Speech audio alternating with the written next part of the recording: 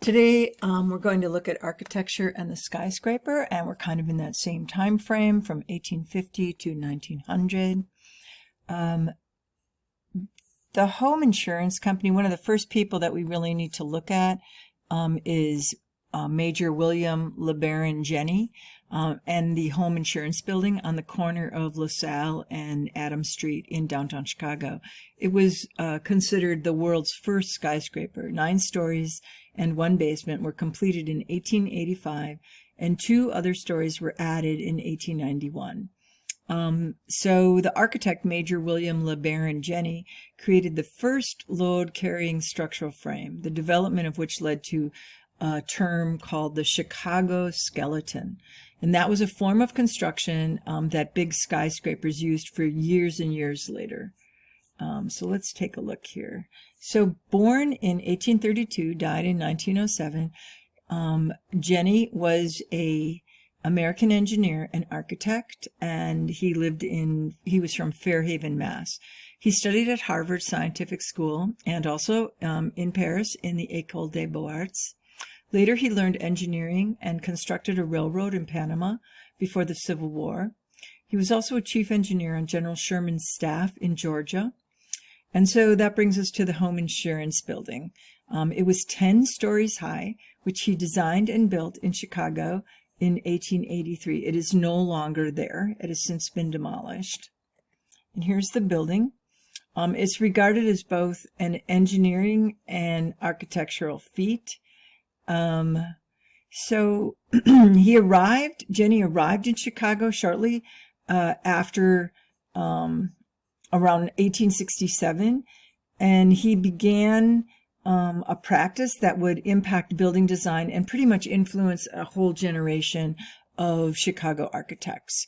He's best known for designing, obviously, the home insurance building, but Jenney began his career not as an architect, but as an engineer. In his formative years, he had traveled to San Francisco to take part in the gold rush. He toured the Philippines and the South Seas. He had interest in engineering during this time, and he returned to the United States, like I said, and actually attended Harvard. He was unsatisfied with his education there, so in 1853 he transferred to École Centrale des Arts, which was the manufacturing part of École des Beaux-Arts. And he finished his engineering studies. And then we have 1870. He comes back to Chicago in 1867. In 1870, we have the fire, the Great Fire in Chicago. And then replacement of wooden structures are needed. And they've decided that they need to really rethink how they're going to build, and they're going to build with stone. So opened in 1885, Jenney's home insurance building in Chicago further advanced the possibilities for iron structure. The building featured a hybrid construction of masonry, cladding, so that's like the kind of decorative pieces that you see, as well as the masonry outside of the iron beams, and cast iron connections to reinforce the internal structure. So when we look at it without the concrete on the outside, what we're seeing is something that resembles a grid-like skeleton. This method of lightening the load of the building's walls made the original, so that means that the weight of the building is supported by the exterior walls, not the interior walls as much, which allows it to go higher. So the original 10-story design of the home insurance building was both innovative and very influential. Before his passing in 1907, Jenney would complete a number of commercial skyscrapers, and he also mentored several proteges, including Daniel Burnham, William Mundy, William Halliburd, Martin Roche, and the very famous Louis Sullivan. Although the home insurance building was demolished in 1931, many of Jenney's buildings, including the downtown Chicago Manhattan building, are still standing. But of course, they're dwarfed by the contemporary high-rises that are all around Chicago. So if you do go down to Chicago, definitely to go and look for the Chicago Manhattan building, and then you will see an original Jenney construction. Although when we think about Jenney, we cannot forget about his early innovations. Chicago's architectural legacy without Jenney would not be the same as it is today. So let's take a look at Louis Sullivan. Louis Sullivan was born in Boston. He briefly studied at MIT, and he moved to Chicago in 1873 after the fire, and began working in the studio, of course, of William LeBaron Jenney. Later, he joined the office of Denkmar Adler, a German engineer, and they developed and established a new firm by the name of Adler and Sullivan in 1881. Together, these two men and their firm became an integral part to defining what is now known as the Chicago School of Architecture. Sullivan designed the transportation building for the Chicago Columbian Exposition of 1893, and after 1900, people started to kind of move away from Sullivan's ideas, and he lost a lot of his popularity. So let's take a look at some of his buildings. And one of the most important is this building. And this is the Wainwright building. It was built in St. Louis, Missouri in 1890 and 1891, prior to his moving to Chicago. So when we look at the building, we can see that the pilasters soar upward, far above the base of the cornice. So there's this kind of archway that happens at the top of the cornice. Still, the ornament of the recessed spandrels give a sense of horizontalness, suggesting that there are floors in the building. So you can see that there, if you look between the windows and you look at the corner and you go above that like sort of platform area at the bottom, you'll see that they almost appear like columns, but because of the divisions of where the windows are, that tends to make you feel like there's floors. Then we get to the very top of the building and we see the cornice. That's the part that sort of scoops out at the top of the building. That's something that we see in ancient Egyptian architecture, and he reuses it, and then he covers it with this sort of organic floral motif. You know, the idea of bringing agriculture back into the city. So how do we bring agriculture into the city? Well, we decorate the building, sort of like decorating birthday cake, right? Well, so Sullivan's architecture typically uses a base, or what we call a podium, and then the shaft, and terminates in the heavy cornice. And that's what we can see here.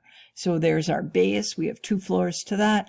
Then the shaft, which is like the whole top, like a column, and then the cornice at the top. So think of the building as having this iron structure, but at the same time, almost feeling like it's a sort of ancient Greek column, right? Or ancient Egyptian column.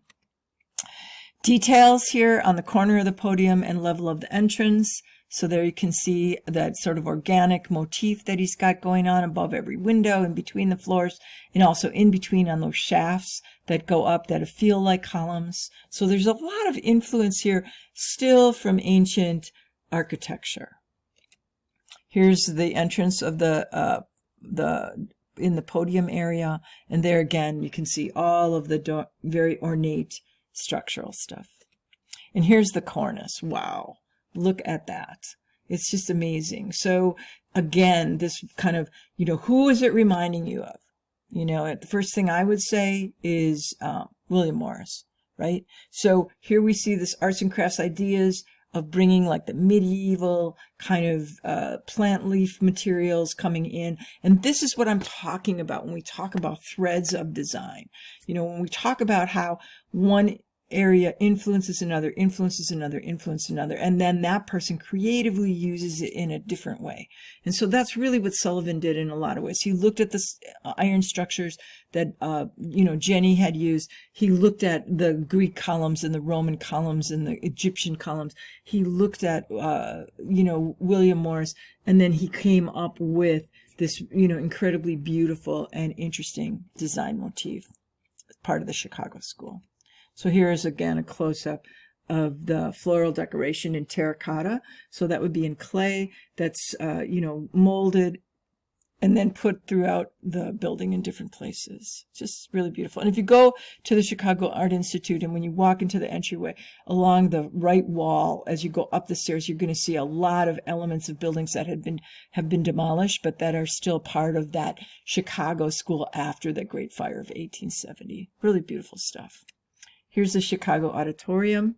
Again, we see the very same thing, but this time if we look at the podium or the base, we see a sort of rusticated stone, really heavy black stone. Also, the next thing that we're noticing is that the stone is kind of coming up into the first layer of the shaft, and then we also are dividing the shaft this time. And notice how it's like, so we're dividing like kind of in sets of 3. So there we have those arch windows with 3 inside, and then we divide that area in the next section and then the next section into 3. And then there's our sort of interesting looking cornice. And there was another shot, and that's where Roosevelt University is now. All right, and then here's another really interesting building. It's called the Carson Peary building. Again, just this beautiful, beautiful, ornate, organic material that's like substrate over the top. I mean, like decorated over the top of the columns on the walls of the building. Here, let's look at the entryway. Wow. Here's another better shot. And so there we can see this ironwork coming in, and it's a particular kind of look. Really, really gorgeous. All right, let's take a look at Gustave Eiffel.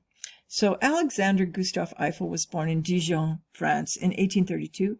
He graduated from École Centrale des Arts, just like Jenny, which was the manufacturing section, in 1855. And he joined a Belgian firm which specialized in railway equipment. He established an independent practice in 1864, after which he established a career as an engineer contractor. So Eiffel was a master of elegant constructed wrought iron lattice, which formed the basis of his bridge construction. So for the most part, he was a bridge builder. And when they decided to do this, they put out a commission for a structure that would memorialize the sort of great technology that was happening in France, especially in Paris. And people put in their proposals. Eiffel won hands down because he created this structure that we now know as the Eiffel Tower.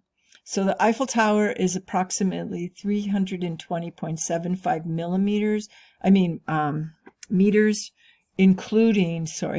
meters, including the antenna. It weighs about 7,000 tons. And here's a interior look at the height. So it varies up to 15 centimeters. In other words, it changes a little bit if we this is in the interior, depending on temperature. So it gets different, like if it's cold or hot. It's got 15,000 iron pieces, excluding all of its rivets, and it takes about 40 tons of paint every time they have to paint it. The tower was almost torn down in 1909, but it was saved because of its antenna. So it had this it was so high, and that was when we start to see the telegraph. Now, the telegraph is incredibly important.